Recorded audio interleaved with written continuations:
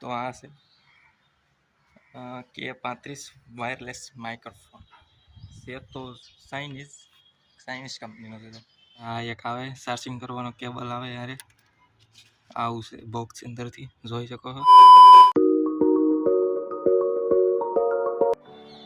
તો કેમ છો બધા? મજામાં મજા છે. સ્વાગત છે તમારું મારા નવા બ્લોગમાં. અને હું આવી ગયો છું નવો બ્લોગ લઈને. અને આજે હું રૂમે છે, આજે કામે નથી ગયો આજ, કેમ કે સન્ડે છે એટલે નથી ગયો. ને મેં તમને ખબર છે એક વિડીયો નાખ્યો હતો પેલો દીવ કિલ્લાવાળો, એમાં માઇકમાં બોલીને નાખ્યો હતો. તો એમાં થોડોક અવાજનો ઇસ્યુ છે.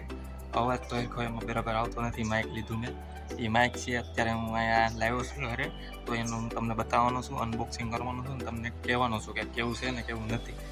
એમાં અવાજ તો આમ ઠીકઠાક આવે, પાછળનો બેકગ્રાઉન્ડનો અવાજ હોય એ પણ થોડોક વયો જાય છે. એટલો બધો બહુ બેકગ્રાઉન્ડ અવાજ આવતો નથી ને થોડોક હરખો અવાજ આવે. આમ ક્લોઝ રેન્જમાં હોય ને તો બહુ અવાજ નથી આવતો. આમ થોડોક આમ એ દીવના બ્લોગમાં નાખેલું છે ને, એ તમે એ જોઈ આવજો. ને હું આગળ એ પાછું કનેક્ટ કરી માઇક અને પાછો તમને સંભળાવી કે અવાજ કેવો આવે અને કેટલીક રેન્જ સુધી પકડી શકે છે. તો એ માઇક બતાવું તમને.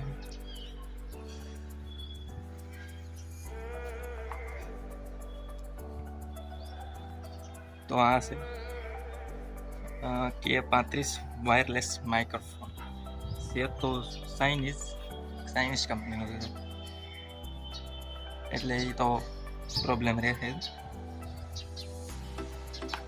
આ મેં લીધું હતું અમારા ઉનામાંથી લીધેલું છે, 350 રૂપિયાનું જ લીધું હતું. એટલે આપણે તો એટલામાં તો એટલું બધું થોડું સારું જ કહેવાય, બજેટમાં સારું જ કહેવાય આપણા માટે. ને બહુ ખાસ અવાજ બહુ શું કહેવાય બહુ આવતો નથી, અને બેકગ્રાઉન્ડ અવાજ તો જરાય નથી આવતો. એ એક આમાં છે. હું અહીંયા પાણી ભરેલું છે, ચોમાસું ચાલુ થઈ ગયું છે. તો અહીંયા ઘડીક વરસાદ ને ઘડીક તેડકો અને ઘડીક વરસાદ ને તેડકો આવે. તમારે ત્યાં વરસાદ છે કે નહીં કમેન્ટ કરી દીધો. અને હાલો આ માઇકને હું કનેક્ટ કરી લઉં અને પછી તમને અવાજ સંભળાવું કેવો આવે, હું ફેરશે. પહેલાં અત્યારનો અવાજ સાંભળી લીધો ને પછી માઇકનો આગળ અવાજ સંભળાવું. એ સાંભળીને મને કમેન્ટ કરીને કહેજો કે કેવો આવે છે અવાજ. તો બ્લોગમાં કન્ટિન્યુ બનાવ્યો, હું આ કનેક્ટ કરી લઉં.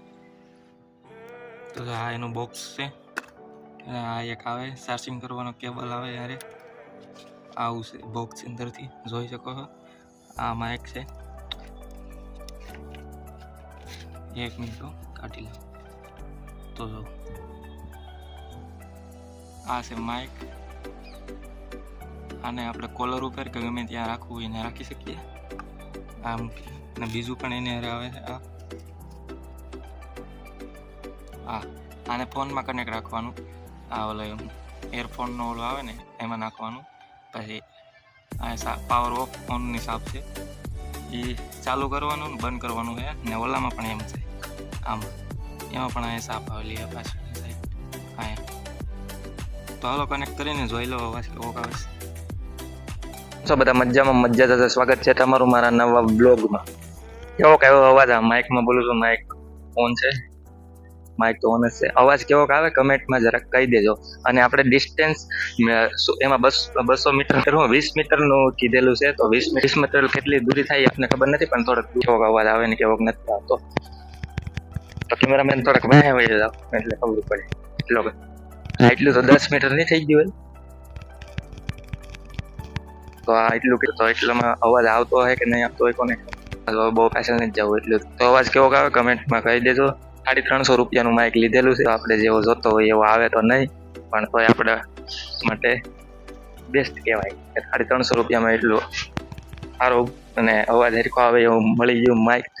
બેકગ્રાઉન્ડનો અવાજ તો આમ આવતો જ નથી. તો મેં ઓલા દીવના બ્લોગમાં જોઈ લીધું.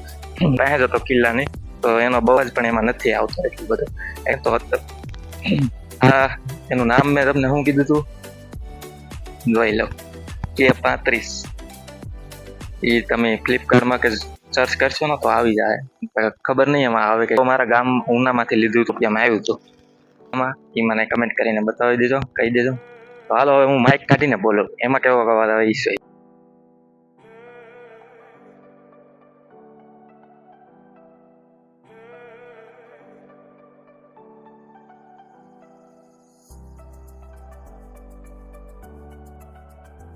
એ માઇક ડિસ્કનેક્ટ કરી નાખ્યું છે અને આ એમને બોલું છું.